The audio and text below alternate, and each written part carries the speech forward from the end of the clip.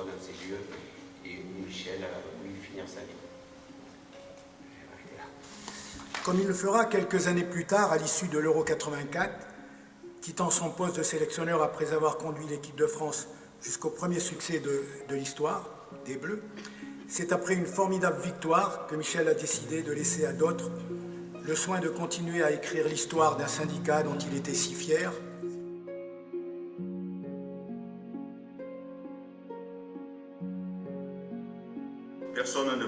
Personne ne doit ignorer que c'est son équipe de France, celle de la belle génération Platini, qui a offert à notre football, après 80 ans de 20 combats, le premier titre de son histoire, le championnat d'Europe 84.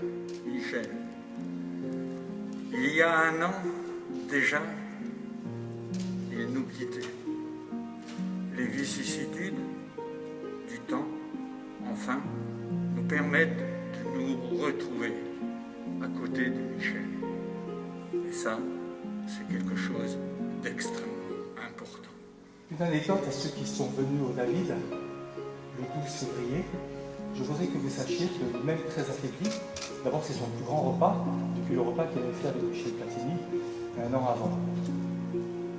Et à la fin du repas, les infirmiers l'ont ramené à la maison, je le rejoins 30 minutes plus tard. Il était sur son lit médicalisé dans son bureau. Il regardait la télévision, l'équipe télé, la pétanque. Il m'appelle, il me dit Nicolas, viens voir avec une voix très faible. Il y avait combien de joueurs? Et spontanément, sans réfléchir, comme une sélection, je dis 22 joueurs, Michel. Et là, avec une voix plus virile, il me dit va voir Monique. Demain, il est comment qu'on recommence. Sachez qu'il s'est rendu compte de tout. De tout. C'était son dernier plaisir, merci pour lui.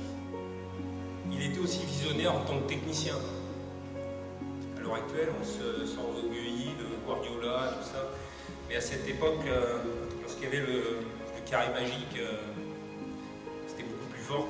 Écoutez, Monique, j'ai toujours eu du plaisir à évoquer Michel. Pas parce que ça nous rajeunit, mais plutôt pour évoquer le souvenir d'un homme qu'on a toujours apprécié. Et je ne suis pas le seul.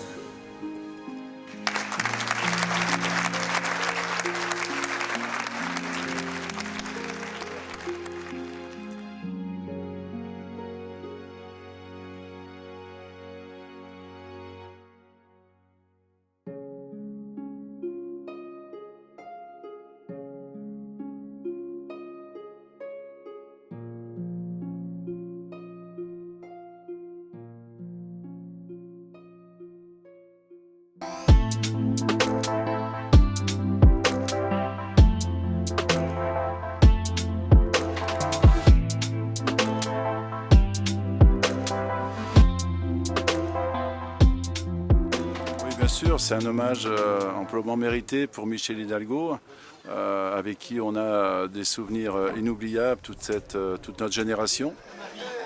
Être là aujourd'hui, c'est de dire qu'on a un homme nous a quittés, un homme qu'on a, moi personnellement, même mes coéquipiers, mes anciens coéquipiers, on a aimé cet homme. Voilà, donc c'était un grand monsieur. J'ai eu la chance de côtoyer cette personne plusieurs saisons au niveau de l'équipe de France. Michel a apporté énormément au football français dans les années, fin des années 70 et jusqu'en 84. On lui doit beaucoup à Michel. D'être international, c'est grâce à lui. Ça a permis de nourrir nos familles, ça a permis beaucoup de choses, d'avoir une vie extraordinaire. Tellement Michel nous a beaucoup apporté à toute cette génération magnifique de Michel Platini. Et c'était un homme tellement humble, extraordinaire qu'il fallait être là pour lui rendre hommage. Pour moi, c'était comme un deuxième papa.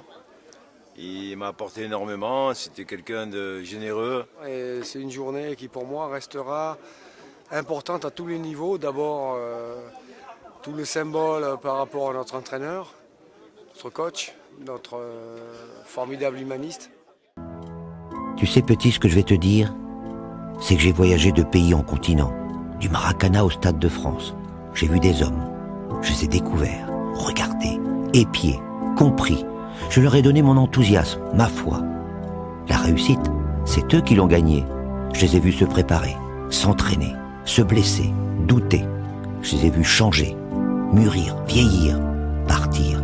J'ai vu des hommes, les noms tu les connais, se surpasser dans leur métier.